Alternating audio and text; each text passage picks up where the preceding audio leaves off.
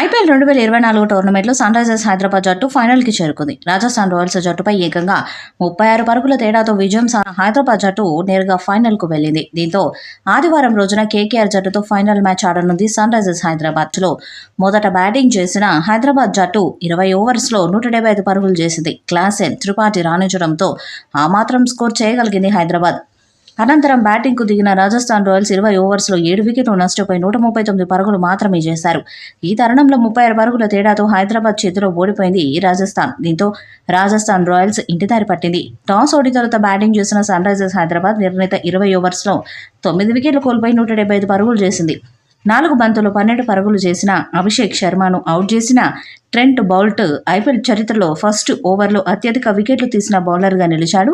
15 బంతుల్లో 5 ఫోర్లు 2 సిక్సర్లతో 37 పరుగులు చేసిన రాహుల్ త్రిపాఠి ట్రెంట్ బౌల్ట్ బౌలింగ్లో యుజ్వేంద్ర చాహల్కి క్యాచ్ ఇచ్చి పెవిలియన్ చేరాడు. అదే ఓవర్లో ఐడెన్ మార్క్రమ్ కూడా అవుట్ అయ్యాడు. 2 బంతులు ఆడి 1 పరుగు చేసి మార్క్రమ్ కూడా చాహల్కి క్యాచ్ ఇచ్చి అవుట్ అయ్యాడు.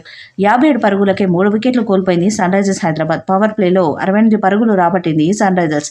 28 బంతుల్లో 3 ఫోర్లు 1 సిక్సర్తో 34 పరుగులు చేసిన ట్రావిస్ హెడ్ సందీప్ శర్మ బౌలింగ్లో అవుట్ అయ్యాడు. 10 బంతుల్లో 5 పరుగులు నితీష్ కుమార్ ఆవేష్ ఖాన్ బౌలింగ్లో చాహల్కి క్యాచ్ ఇచ్చి అవుట్ అయ్యాడు. ఆ తర్వాత బంతికి అబ్దుల్ సమద్ని క్లీన్ బౌల్డ్ చేశాడు ఆవేష్ ఖాన్. 33 బంతుల్లో హాఫ్ సెంచరీ అందుకున్నాడు హెన్రిచ్ క్లాసెన్. హాఫ్ సెంచరీ తర్వాత సందీప్ శర్మ బౌలింగ్లో అవుట్ అయ్యాడు. హెన్రిచ్ క్లాసెన్ 34 బంతుల్లో 4 సిక్సర్లతో 50 పరుగులు చేసిన హెన్రిచ్ క్లాసెన్ సందీప్ బౌలింగ్లో క్లీన్ బౌల్డ్ అయ్యాడు.